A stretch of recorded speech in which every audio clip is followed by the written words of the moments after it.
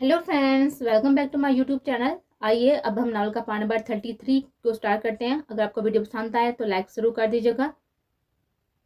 अब जानती हैं महविश, पापा के इंतकाल के बाद जब मैं और मम्मा अकेले रह गए थे ना, तो सब कुछ होते हुए भी मेरी बहुत सारी ऐसी ख्वाहिशात थी जो कि अधूरी रह गए थे। मैं पापा के बिना खुद को बहुत ही तनहा समझता था। मामा के अलावा दोनों मामू भी मेरा बहुत ही ख्याल रखते थे, मगर कुछ चीजें ऐसी थी जो बस पापा ही मुझे दे सकते थे। पापा के जाने के बाद उनकी जगह कोई नहीं ले सका, और वो बच्चे जिनके पास ना उनकी माँ है और ना ही बाप, वो तो कितना अकेला महसूस करते होंगे। किस तरह से वो अपनी अधूरी जिंदगी गुजारे होंगे, ये मुझसे बेहतर कोई नहीं समझ सकता। मैं जितनी देर वहां पर रहता हूँ ना, इन बच्चों की वो बेबसी महसूस करता, उनकी आंखों का इंतजार, उनके पास उनके अपनों के ना होने की वो तकलीफ कई कई दिन मुझे बेचैन रखती है। एनीवे, आपको समझ नहीं आएगा, चलें मैं फ्रेश होकर आता हूँ, फिर साथ में मिलकर खाना खाते हैं। अपनी इतनी लंबी वजाहत के जवाब में उनकी चढ़ी हुई नाक और पूर्ण शिकन पेशानी को देते हुए उनके बिगड़े हुए मूड का अंदाजा लगा गए थे। तभी बात पलटते हुए वॉशरूम की तरफ बढ़ गए थे और मैविश भी चेंज करने के इरादे से ड्रेसिंग रूम में चले गए थे। मगर कुछ देर बाद शोर के साथ डाइनिंग टेबल पर खाना खाते हुए भी मैविश अफंदी का मूड बहाल नहीं हुआ था। शहरिया साहब ने अपनी नहरेली बेगम को एक नजर देखा था। आदि कब वापस आ रहा है? बहुत ही याद आ रही है उसकी। आपसे बात हुई क्या? बहुत दिन हो गए हैं उसे गए हुए, अब तो आ जाना चाहिए उन लोगों को।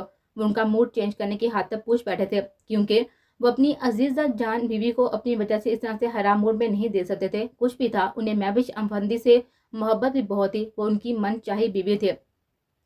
अभी खाना खा के उसे कॉल करते हैं, फिर आप खुद पूछ लीजिएगा। 2-3 दिन पहले बात हुई थी, तब कह रहा था कि इसी वीक आ रहा है, मगर अभी तक कोई हैड खबर नहीं है। इतने दिन हो गए उसको देखे हुए। वीडियो कॉल करते हैं। बेटे का जिक्र आते ही वो पुरजोश हो गए थे। शहरिया साहब मुस्कुराते हुए इस बात में सच लाने लगे थे। फिर खाने से फारग होते हुए उन्हें 12 बज गए थे जब उन्होंने आदि को कॉल की थी। इस वक्त पाकिस्तान में 12 बजे थे, तो कनाडा में इस वक्त सुबह के 10 बज रहे होंगे। शहरिया साहब ने सेल फोन हाथ में लेकर टाइम देखा था और वक्त का अंदाजा लगाते हुए बेटे को कॉल लगा दिए थे। कुछ बहस के बाद ही दूसरी तरफ से कॉल पिक किए गए थे। अस्सलाम वालेकुम डैड, कैसी हैं आप? दूसरी तरफ कॉल कनेक्ट होते ही स्क्रीन पर आदि की फ्रेश सी सूरत नजर आई थी।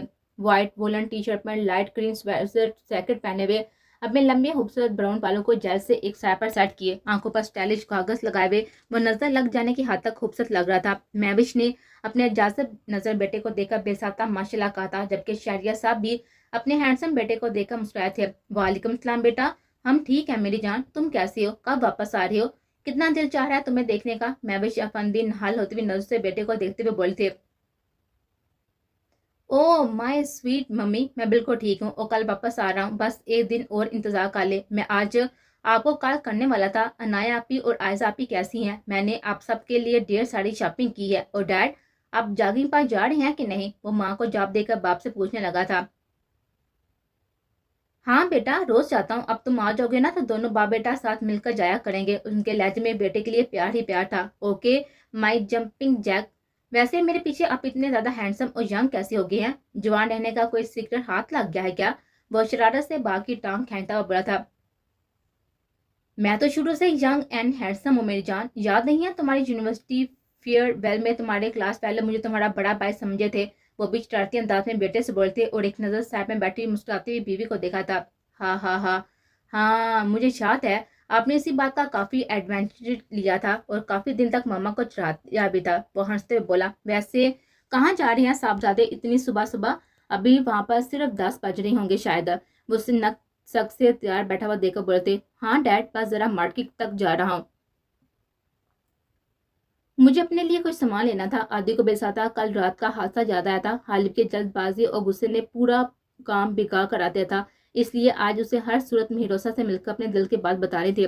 तभी वो सुबह उठते ही तैयार हो गया था। ओके माय सन, फिर आप जाओ, और कल किस वक्त की फ्लैट है? हम आपको लेने आ जाएंगे। मैं विश्वास मिटते हुए बोली थी। हम लोग कल शाम 4 बजे तक पहुंच जाएंगे और आप मत आइएगा मॉम, हम खुद आ जाएंगे। आदि जल्दी से बोला था। ओके बच्चे, we will wait for you, missing you and yes I love you जानू। अरे हाँ आदि, आप अनिका से बात करें ना, पूछ रही थी आपको। मैं वह शफंदी स्क्रीन पर नजर आते हुए बेटे के चेहरे को हाथ से छूकर प्यार से बोलते हुए बोली थी।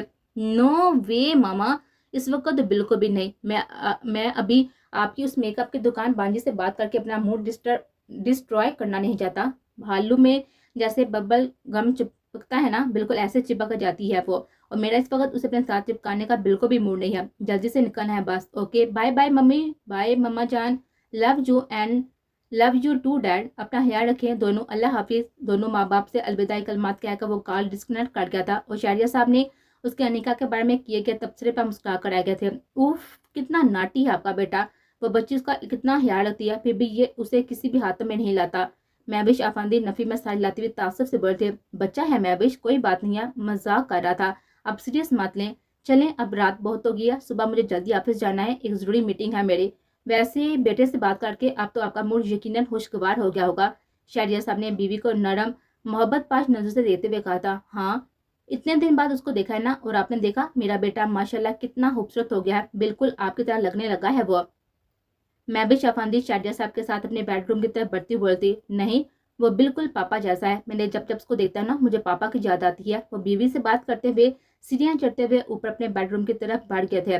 جی نہیں وہ آپ جیسا ہے, میں جب اس کو دیکھتی ہوں نا لگتا ہے کہ وقت جیسے دوبارہ 31 سال پیچھے چلا گیا ہے. وہ محبت سے شور کو دیتی ہوئی بولتی. اوف میری ضدی بیگم, چلیں آپ کی بات مان لیتے ہیں. اب خوش وہ ان کے سامنے ہاتھ جوڑتے ہوئے بولے تھے. ہاں بہت خوش. وہ فرش سے گندا اکر آ کر بولی اور پھر وہ دونوں ایک دوسرے کو دیکھ کر زور سے ہنس دیے.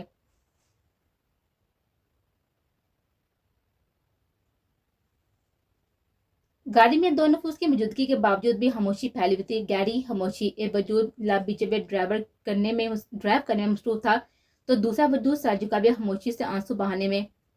ڈیپ ریڈ کامدار دوپٹے کو اس نے حجاب کی صورت میں اپنے چہرے کے اطراف میں لپٹا ہوا تھا, جس سے اس کے سیدھے گال پر چھپا ہوا تھپڑ کا نشان چھپ گیا تھا. اس کے خاموشی سے بہتے ہوئے آنسو اس کے گود میں رکھے ہوئے ہاتھوں پہ گر رہے تھے. غالب کا دل اس کے گرتے ہوئے ہر آنسو کے ساتھ قطرہ قطرہ پگھل رہا تھا. آج اس نے غصے میں صفین کو بہت ہی زیادہ تکلیف دی تھی, حالانکہ پچھلی بار اسے وعدہ کر چکا تھا کہ آپ اس کی وجہ سے صفین کی آنکھوں میں کبھی بھی آنسو نہیں آئیں گے, مگر اپنا کیا ہوا وعدہ وہ اگلی ہی ملاقات میں بری طرح سے دوڑ چکا تھا. کب تک سوگ منانے کا ارادہ ہے؟ میں ابھی زندہ ہوں, مرا نہیں ہوں جو اس طرح سے رو رو کر ہلکان ہو رہی ہیں, وہ تنجا لہجے میں بولا تھا. اور تبھی صفین نے گردن گھما کر گائل نظر سے اپنے پاس بیٹھے ہوئے غالب کو دیکھا, جو خود بھی اس کو ہی دیکھ رہا تھا. اور صفین کی بے حد خوبصورت اوشن گرین آنکھیں رونے کی باعث گلابی ہو رہی تھی. بنا لپسٹک کے بھی اس کے سرخ ہونٹ شدت سے رونے کی وجہ سے سوجے ہوئے لگ رہے تھے.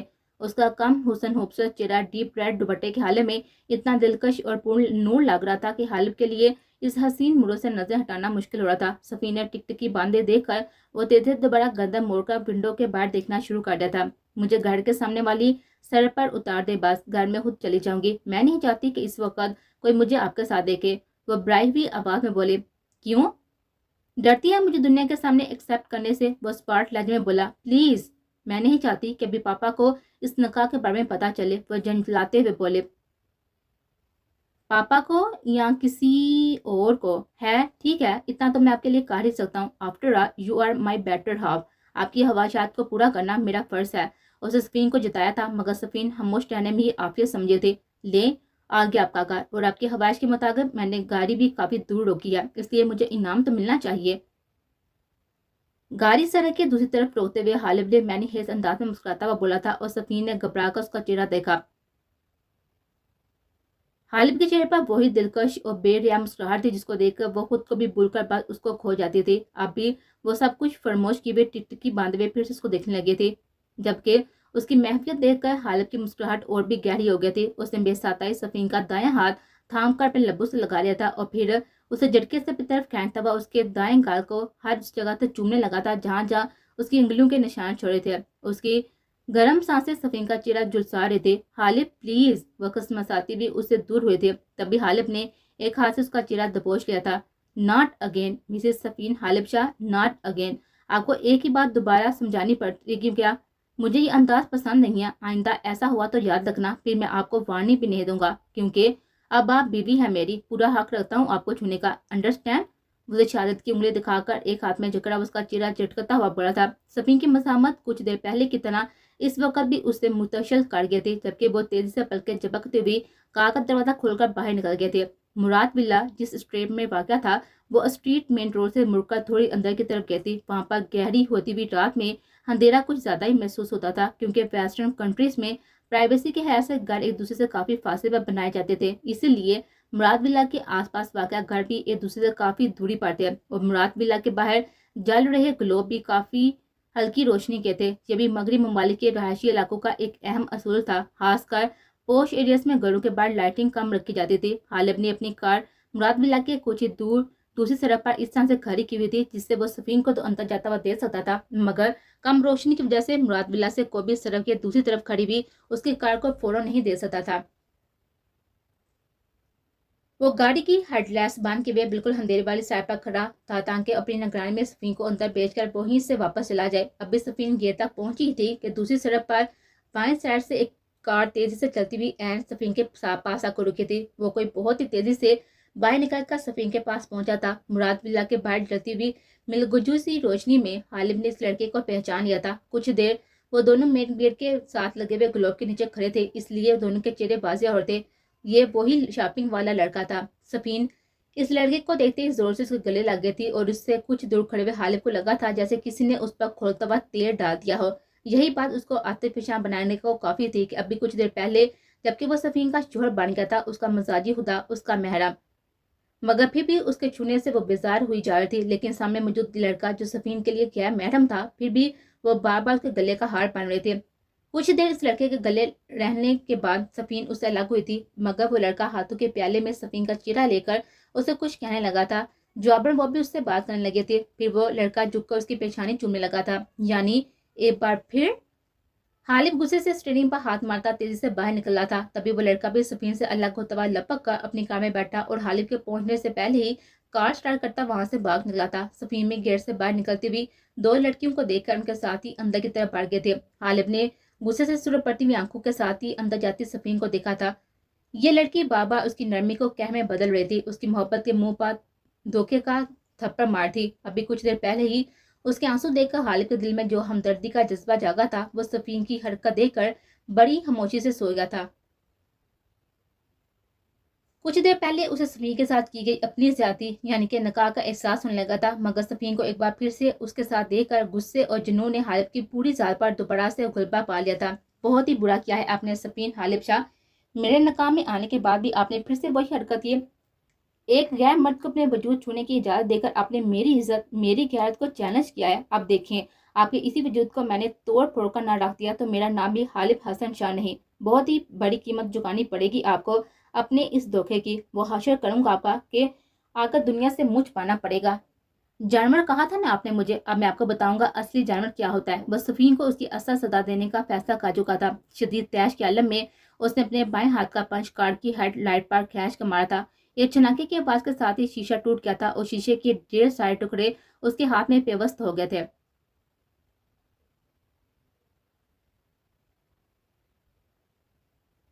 वो तेजी से कार का गेट खोलकर बाहर निकली थी। हालिब ने आज उसको इतना दुख दिया था कि उसके प्यार से भी सफीन का दम घुट रहा था। वो घुट घुट कर रोते हुए सड़क पार करके अपने घर की तरफ बढ़ रही थी कि गेट के पास पहुंचते ही उसने कार को अपनी तरफ आता हुआ देखा, जिससे निकलते सनान को अपने सामने देखकर सफीन अपना जब्त खोते हुए उसके सीने से लगकर रोने लगे थे। सनान उसकी इस तरह से रोने से घबरा गया था। क्या हुआ गुड़िया, क्यों रो रही हो? और तुम कहाँ थी? फोन कहाँ है तुम्हारा? सनम की कॉल आई थी मेरे पास कि तुम अब तक आंटी के यहाँ पर पहुंची नहीं। पापा तुम्हें लेने के लिए निकले हैं, शायद पहुंच भी गए होंगे। सनान उसका चेहरा हाथों के प्याले में लेकर परेशान कुल लहजे में बोला। भाई वो मैं ऐना के यहाँ पर चली गई थी किसी काम से, उसकी कॉल आई थी। मैं उसके घर से यहाँ पर आ रही थी तो मुझे लगा कोई मेरा पीछा कर रहा है, इसलिए मैं डर गई। बट अभी ठीक हूँ, डोंट वरी। और मेरे फोन की बैटरी लो थी इसलिए शायद बंद हो गया होगा। अब आंटी के यहाँ भी नहीं जा रही, बहुत ही थक गई हूँ। वो सनान के सवाल का जवाब देती हुई बोलती। अरे वाह, मेरा शेर भी किसी से डर गया आज, जो खुद दूसरों की डराती फिरती है। हाँ, और ये क्या पहना हुआ है तुमने? तुम तो इस तरह के ड्रेसेस नहीं पहनती, वो भी इतने हैवी। वो भागो उसको देखता हुआ बोला था। भाई वो मैं ये ऐना ने बर्थडे गिफ्ट के तौर पर यह सूट मुझे दिया था और जबरदस्ती पहना भी दिया। घबराहट की वजह से उसने वजाहत भी नहीं दी जा रहे थे। हाँ गुड, मामा को दिखाना, बहुत ही खुश होंगे तुम्हें इस तरह देखकर। चलो अब अंदर जाओ। सनम की कॉल से मैं तो डर ही गया था कि पता नहीं कहाँ हो तुम। अब उसे कॉल करके बता देना कि तुम ऐना के यहाँ पर गई हुई थी, ओके? उसकी पेशानी चुमता हुआ बोला था। तभी गेट पर कदमों की चाप उभरी थे। ओह, लगता है कि पापा आ रहे हैं, मैं निकलता हूँ। उन्होंने देख लिया तो बिला वजह उनका मूड खराब हो जाएगा। वो जल्दी जल्दी बोलता हुआ अपनी कार में बैठता हुआ वहां से निकल गया था। मगर अंदर से सोहेल साहब की जगह पर जेजी और रोजन गेट वॉक करती हुई सफीन के पास आई थी। वो उन दोनों के साथ अंदर की तरफ बढ़ने लगी थी। वो जानती थी कि हालिब अब तक वहीं पर खड़ा होगा। उसके अंदर जाने के बाद भी वो वहां से जाता, इसलिए वो बुखला कर जल्दी से अंदर की तरफ बढ़ गए थे।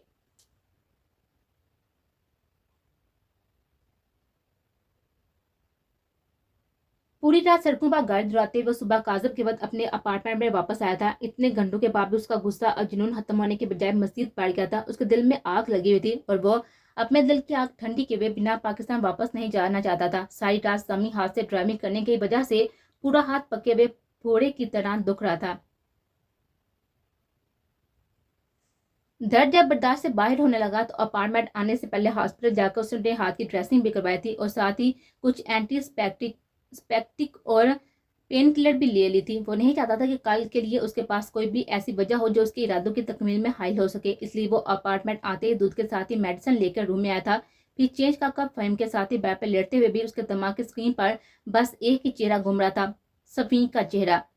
मुझे अब आप इल्जाम नहीं दे सकती मिसेस सफीन हालिब शाह। मैंने आपको इज्जत दी, मान दिया, मगर आपने बदले में मुझे धोखा दिया। मैं मजबूर हूँ, ये अमल मुझे अपनी फितरत के खिलाफ जाकर अंजाम देना पड़ रहा है। I am sorry mommy, I am sorry dad. आपकी तरबियत को शर्मसार करने को मैं मर कभी नहीं सोच सकता, मगर मैं मजबूर हूँ, बहुत ही मजबूर। मुझे माफ़ कर दें प्लीज़। वो दिल ही दिल में सफीन के बाद अपने माँ बाप से मुहातब होता हुआ आंखें मूंद गया था। दवाइयों का असर था या वाकई वो जहनी तौर पर बहुत ही थक गया था। आंखें बंद करने के कुछ ही देर बाद वो गहरी नींद में चला गया था।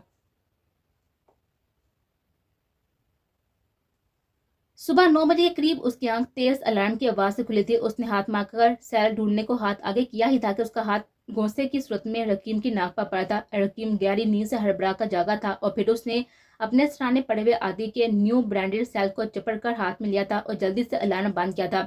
दर्द फिट्टे मुंह आदि, क्या मौत पड़ी है तुझ पर रोज अलार्म लगाने की? सुबह सुबह ये सूर्य इसराफील हमारे कान में फूंक कर तुझे कौन सा स्वाब मिलता है? कल से अगर तूने अलार्म लगाया ना तो मेरे हाथ से जिबा हो जाएगा। तो दफा हो जाओ ये सरावा सैल लेकर, अब मुझे डिस्टर्ब ना करना, समझा? रकीम बनाकर बोलता हुआ उठ बैठा था और राधी के हाथ में सैल थमाता हुआ वापस लेट गया था। कल कौन सा तूने मेरे साथ सुना है? बेटा जी, आज हमारा यहाँ पर आखिरी दिन है और रात हमारी फ्लैट में गुजरेगी, इसलिए जिसको जो जो काम है ना उठो और निपटाओ। अरे हाँ, आज आखिरी दिन है, यानी आज मेरोसा से भी अपने दिल की बात कहनी है। जाने के वक्त कम है यार, मुझे तैयार होना है, वो उसी के स्कूल जाना है। आदि हड़बड़ा कर बोलता हुआ जल्दी से कब्र की तरफ बढ़ा था और अपने कपड़े घसीटता हुआ तेजी से बाथरूम में घुस गया था। क्या तो सही रहा है, आज आखिरी दिन है हेलमेट में और मुझे सनम से मिलकर अपने प्यार का इजहार भी करना है और उससे पाकिस्तान जाने के बाद बात करने का सिलसिला भी जो जोड़ना है ना। वो वक्त काम है, 9 बज रहे हैं, वो कॉलेज गई होगी इस वक्त। क्या करूं, उसके कॉलेज चला जाऊं? हाँ ये ठीक रहेगा, मगर उसका डिपार्टमेंट कौन सा है ये तो मुझे पता ही नहीं है। क्या कॉलेज के बाहर खड़ा हो जाऊं? मगर उसकी छुट्टी कब होती है? लन तो रकीम शाह, तुझ पर पता नहीं कुछ भी पता नहीं है, आप क्या करोगे? रकीम दोबारा उठकर बैठ गया था और सर हाथों में गिराए खुद से सवाल जवाब करने लगा था। थोड़ी देर में फ्रेश सा आदि बाथरूम से बाहर आया था। तुम मेरोसा के स्कूल जा रहे हैं ना इस वक्त, मगर उसे मिलेगा कैसे? रात को जो कारनामा उस कमीने ने अंजाम दिया ना, उस पर इन लोगों का रिएक्शन क्या होगा, सब कुछ सोच समझ कर जाना। रकीम ने हाल की तरफ इशारा करते हुए कहा था, जिस वक्त फाहिम के ऊपर हाथ रखे बेहबस सो रहा था। फिर अपनी तैयारी को फाइनल टच देते हुए आदि को देखा। वो सब तो मुझ पर छोड़ देखा के मैं मैनेज कर लूंगा, तुम बता तेरी कोई मदद करूँ? सनम से मिलने के लिए वो रकीम की परेशान सूरत देखकर बोला था। हाँ यार प्लीज, मेरा अच्छा भाई नहीं है तू? मेरी समझ में कुछ भी नहीं आ रहा, तू प्लीज हेल्प कर देना मेरी, बता मुझे मैं क्या करूं? रकीम आदि का हाथ पकड़कर मिन्नत बड़े हुए अंदाज में बोला था, जो कि तैयार होकर एक बार फिर उसके सामने पर आ बैठा गया था। मैं मेरोसा से मिलकर सनम की सारी डिटेल ले लूंगा और उसके कॉलेज आप होने का टाइम भी, और वो केली कॉलेज से वापस जाती है, क्योंकि इतना मुझे पता है कि सफीन और आयशा एक डिपार्टमेंट में पढ़ती हैं और उनकी क्लासेस की टाइमिंग भी डिफरेंट होती है। तो आई एम श्योर कि आज तुझे सनम से अकेले बात करने का मौका मिल जाएगा, आदि ने रकीम को बताया था, जिस पर उसकी बत्तीसी बाहर निकल आई थी। हुर्रा, ग्रेट यार, थैंक्स मेरे भाई। आज से पहले मैं तुझे कमीना, छचोरा, बेगैरत और छट्टा सान जैसे लफ्जों से दिल में मुहातब करता था, मगर आज तूने साबित कर दिया तेरी इस कमीनी सूरत के पीछे एक फरिश्ता छुपा हुआ है। आज मेरे भाई, आज तूने रकीम शाह को खड़े खड़े खरीद लिया है। इस वक्त तुझे जो भी मांगना है ना मांग ले मुझसे, बता क्या चाहिए तुझे मेरे दोस्त, बस तू एक इशारा कर और वो चीज तेरे कदमों में लाकर डाल दूंगा, बोल मेरे भाई। रकीम बेहद जज्बाती हो गया था। तभी आदि का हाथ थाम कर जज्बे से आंखें बंद करता हुआ उसकी हवाश पूछ बैठा था, बिना यह सोचे कि उसने अपना सर खुद ओखली में दे दिया था। थैंक्स यार, ज्यादा कुछ नहीं, बस मैंने कल मेरोसा के लिए कुछ ज्वेलरी ली थी। एक सवा एक कैमरा, एक एप्पल का लैपटॉप। तो मेरे पास पैसों की थोड़ी शॉर्टेज होगी, या इससे ज्यादा नहीं, बस 5,000 कैनेडियन डॉलर तो मुझे उधार दे दे। आज मेरोसा मिलने जाना है ना, तो अच्छा नहीं लगता खाली हाथ जाना, वो कसर नफसी से काम लेता हुआ आराम से रकीम के सर पर दमगा कर गया था। 5,000 कैनेडियन डॉलर यानी पाकिस्तानी करेंसी के तकरीबन 5,70,000 रुपए। रकीम ने सदमे से सामने बैठे हुए आदि को देखा था, जो पूरे दांत निकालकर रकीम को देता हुआ खुद के मसूमियत के सबसे ऊंचे गुंबद पर बुर्जुमान समझ रहा था। आदि, मेरे भाई, रहम का मुझ पर प्लीज, मेरे कार को खाली कर देगा क्या आज ही? रोशन भाई ने कल ही तो मेरे अकाउंट में पैसे डाले थे, अब मैं इनसे मजीद पैसों का कैसे कहूंगा? और फिर मैं सनम के सामने खाली हाथ जाता हुआ अच्छा लगूंगा क्या? रकीम ने उसके सामने दुखड़े रोते हुए कहा था। नहीं, तू तो इतना गरीब जितना बन रहा है ना। राम भाई ने भी पिछले हफ्ते ही तुझे पूरे 50 लाख तेरे अकाउंट में डाले थे। मैंने खुद अपने इन गुनाहगार कानों से सुना था, और मुझे 5 लाख दे देगा तो फकीर नहीं हो जाएगा। तो जल्दी बता, शराफतें देता है या मैं जाऊं? आदि अब अपनी असलियत पर उतरा था, और रकीब ने दांत पीसते हुए सामने बैठे इस मतलबी को देखा था और बादल नहासा असबाब में सर हिला दिया था। तभी रकीम का सर दोबारा बजने लगा था। ओ डैड की कार, तू कार निकालता तो मैं डैड से बात कर आता हूँ, ओके? वो खुद को घूरते हुए रकीम को शरारत से देखता हुआ बालकनी में चला गया था, और पीछे जले बुने बैठे हुए रकीम ने पास पड़ा हुआ पिलो उसकी तरफ उछालते हुए मुंह बार बार कर उसको गालियां दिए थे।